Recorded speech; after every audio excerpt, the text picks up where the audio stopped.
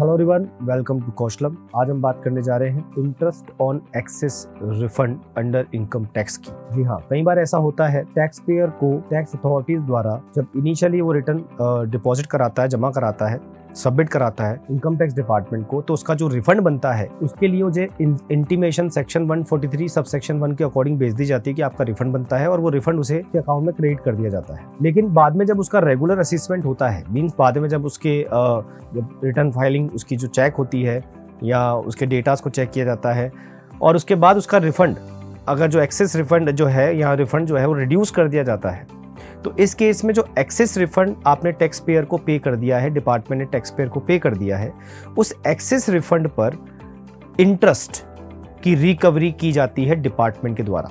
इसी मुद्दे पर, इसी टॉपिक पर हम आज ये वीडियो लेकर आए हैं। तो सबसे पहले बात करते हैं कि इसके लिए सेक्शन कौन सा एप्लीकेबल है। तो देखिए, सेक्शन 234B जो है वो एप्लीकेबल है इस केस में, जहां एक्सेस रिफंड पर इंटरेस्ट लिया जाता है टैक्स पेयर से। अब कुछ बेसिक बातें अगर हम करें, बेसिक प्रोविजन ये है कि अगर टैक्स पेयर को एक्सेस टैक्स उसने पे किया था और वो उसने क्लेम रिफंड किया है at the time of filing of income tax return, तो वो पैसा उसे रिफंड कर दिया भी गया है। लेकिन बाद में जब उसका असेसमेंट हुआ, रेगुलर असेसमेंट हुआ, तब पता चलता है कि रिफंड जो है डिपार्टमेंट ने ज्यादा कर दिया है। और ज्यादा करने का मतलब है कि उसका जो रेगुलर असेसमेंट में टैक्स बनता था वो ज्यादा बनता था, और जो असीसी ने, जो टैक्स पेयर ने क्लेम किया था टैक्स, वो उसका टैक्स जो था वो उसने कम बता रखा, तो इसलिए उसने रिफंड ज्यादा क्लेम किया, जबकि उसका रिफंड उतना बनता नहीं था। तो इसलिए डिपार्टमेंट ने उसे ज्यादा रिफंड कर दिया पहले, और अब डिपार्टमेंट उससे रिकवरी कर रहा है। तो वो एक्सेस रिफंड तो रिकवर करेगा ही करेगा, प्लस उस पे आपसे सेक्शन 234D के अकॉर्डिंग इंटरेस्ट भी रिकवर करेगा। जैसे एक एग्जांपल से इसको समझते हैं कि मिस्टर राजा ने एक रिटर्न फाइल करी अपनी,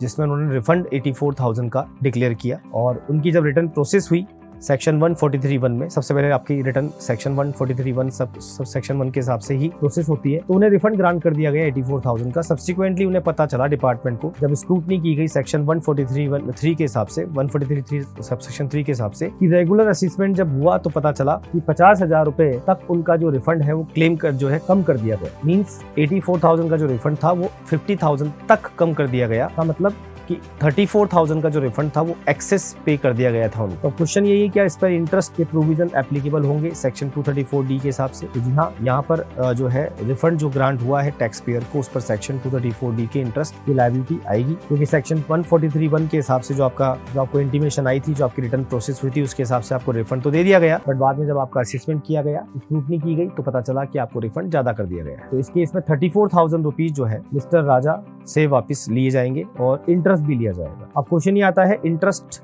की रेट क्या होगी और उसका पीरियड क्या होगा? तो इंटरेस्ट का जो रेट होगा वो होगा 0.5%, आधा % पर मंथ, और पार्ट ऑफ मंथ का इंटरेस्ट लगेगा। इसका मतलब अगर कोई मंथ पूरा हो गया है और उसके बाद कुछ दिन और हो जाते हैं दूसरे मंथ के, तो वो मंथ भी पूरा काउंट होगा। जैसे सपोज करो 1 महीना 3 दिन ज्यादा हो गए थे, तो 1 महीना 3 दिन का जो पीरियड है वो 2 महीने काउंट किया जाएगा। इसी तरह अभी क्वेश्चन आता है कि इंटरेस्ट का जो पीरियड होगा वो क्या होगा? तो इंटरेस्ट का जो पीरियड होगा वो आपके डेट ऑफ रिफंड, जब से आपको रिफंड हुआ, से लेकर डेट ऑफ रेगुलर असेसमेंट, जो आपका रेगुलर असेसमेंट हुआ, कंप्लीट हुआ आपका असेसमेंट सेक्शन 143(3) के हिसाब से या सेक्शन 144 के हिसाब से, तो वहां तक आपसे ये इंटरेस्ट चार्ज किया जाएगा। सीधी सी बात है, जब से आपसे इंटरेस्ट आपको रिफंड दिया, सी डेट से लेकर आपका जो फाइनल रेगुलर असेसमेंट हुआ, जिसमें आपका सही रिफंड डिक्लेयर किया गया डिपार्टमेंट के द्वारा, वहां तक का इंटरेस्ट आपसे लिया जाएगा। चलिए, इस चीज को हम एक एग्जांपल से और समझते हैं। मिस्टर कपूर ने अपनी रिटर्न फाइल करी थी, जिसमें उन्होंने रिफंड डिक्लेयर किया था 1,84,000 का, और जब रिटर्न प्रोसेस हुई सेक्शन 143 सब सेक्शन 1 में,